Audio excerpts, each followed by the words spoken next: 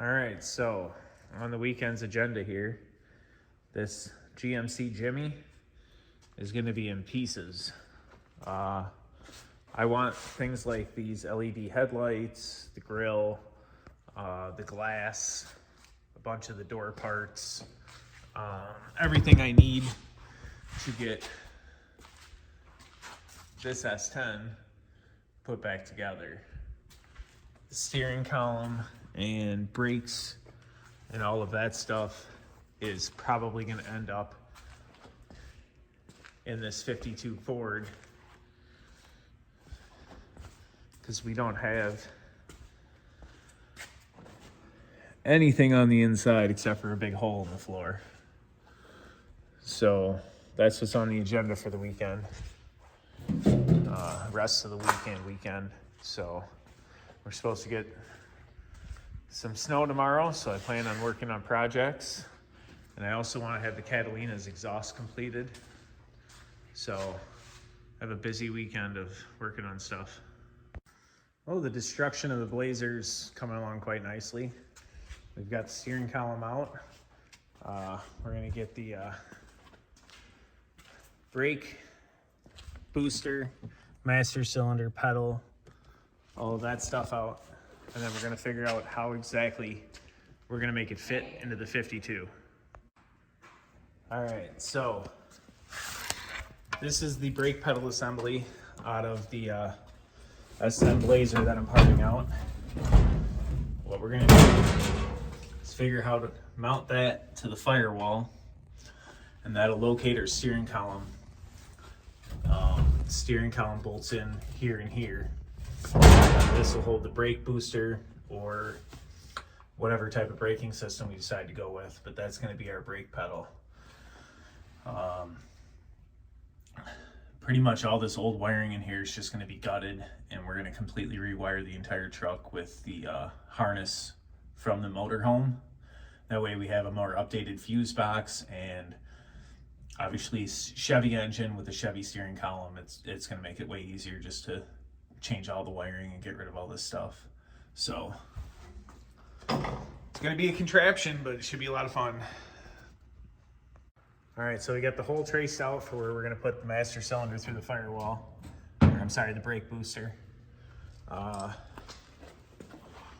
Pulled this old chair out of a Suburban. It's a flex steel third row seat out of a Suburban. Fits pretty good. But yeah, coming through right here. And then we're gonna mount the brake pedal bracket to the steering column mount. And it's gonna end up, we're gonna have to trim either the dash or the mount and probably weld it right to the bottom of that. So that's how we're gonna get brakes in it. Originally, if you're not familiar, the brake pedal went through the floor and operated in a downward motion and pushed a piston. And this little cap would have actually been for the reservoir for the brake fluid in the floor. So we're upgrading it to a vacuum booster. Might even put Hydro Boost back on it. That's what the motorhome had. However, I think the weight of the truck is not going to be anywhere near close to the motorhome.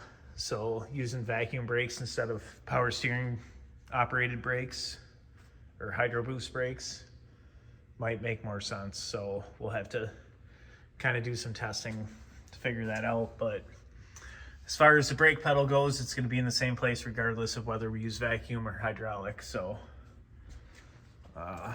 that's where we're at on it. Motor sitting in here. You got the carburetor all on it and stuff. So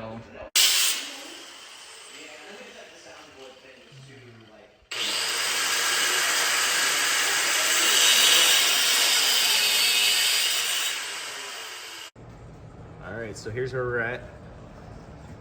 The booster has been drilled and mounted. It's obviously sitting there a little loose right now. The pedal bracket we have mounted here with the booster holes through the wall, firewall, and we've put the steering column hole in the base here. I think today we're gonna go look and see what other steering columns I have laying around, because this was a column shift and it just doesn't fit right. The flange that was supposed to go up against the firewall isn't flat. It was like curved at an angle so that the shifter lever could work. And I think we're gonna put a floor shifter in it. But this might have to get modified a little bit more and go up a little higher too. But we should be able to bolt through the firewall, or through the support plate and through the dashboard to hold the steering column in. So it should work really well. We should have enough room over in this area somewhere to get our gas pedal mounted off the firewall, hopefully. Or we'll have to make a new bracket, whatever we got to do. But it's coming together. I think we're going to use this seat out of the Suburban. He's going to make a speaker box for the base of it to lift it up so it sits right on top of his speakers. Because Roger has to have subs in every car he owns. But it's coming together. So hopefully by the end of the day we'll have the column mounted, get the engine all running. He's supposed to be bringing fuel tanks and stuff today too, out of gas keg, or out of beer kegs. So we'll have to see how those are gonna fit and what we got to do to modify them and make them into gas tanks. So, but she's coming together. Shouldn't be too much longer now. Get the water pump on it today, hopefully, and basically have this thing ready to run and drive very shortly. Nice thick copper gaskets, ARP bolts to put the headers on. All right, so we're looking at the exhaust and how we're gonna get the cutouts put on. Took a chunk of this 3-inch tubing, cut it 90 degrees tight as we can, and we're gonna come directly off the header, and then we're gonna turn and we're gonna run it right here. So it's gonna make a big S, and in the middle of the S we have the stainless steel 3-bolt flange that's gonna sit like this, and so we'll have a cutout that dumps into the wheel well that eventually we'll probably finish off going out through the fender. But for right now, this is gonna be a turn down. So this is our valve, and we'll be able to, with the flip of a switch, switch the exhaust from coming out of our big stacks that are coming to come up the top, and have the exhaust dump directly into the wheel well right here. Should work really well. But the headers are all installed, and my buddy ran to get flanges so we can weld the 90 degree on, and we'll see where we can get to. All right, so here's where we got to. Of course, my welder ran out of gas, but we have the pipes ran in the position they're gonna go. There's an electric cutout gonna come here with the turn down that eventually might go up into the fender and come out the fender exit, but for right now, we're just gonna bolt it on and put a turn down right here.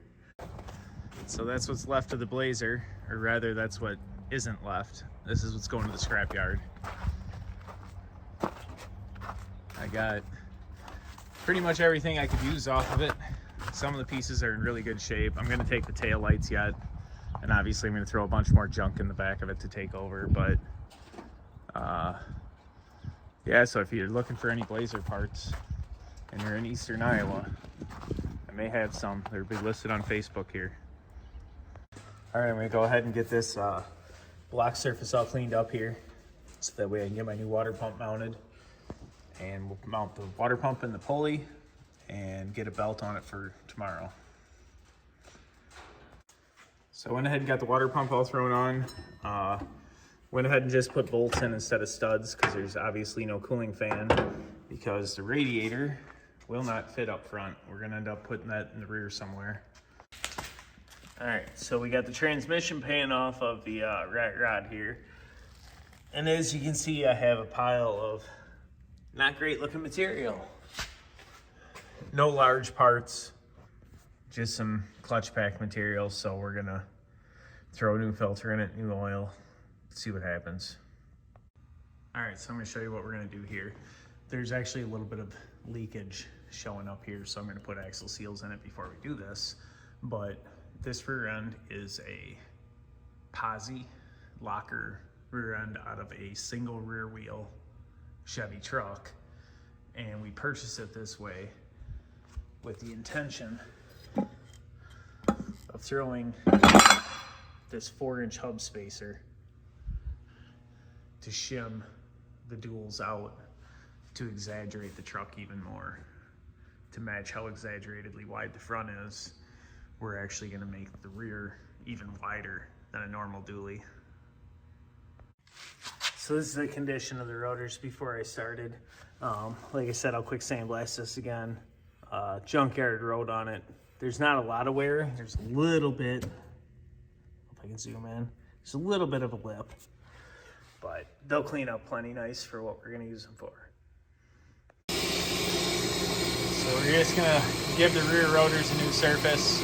They actually look like they're in pretty good shape. They just look like they were sitting for a while. Got a great finish on the rotor. Sanded it out to a non-directional finish. Pull her off and put her on the truck. All right, so on these 14-bolt axles, there's a couple different styles of nuts that hold them in.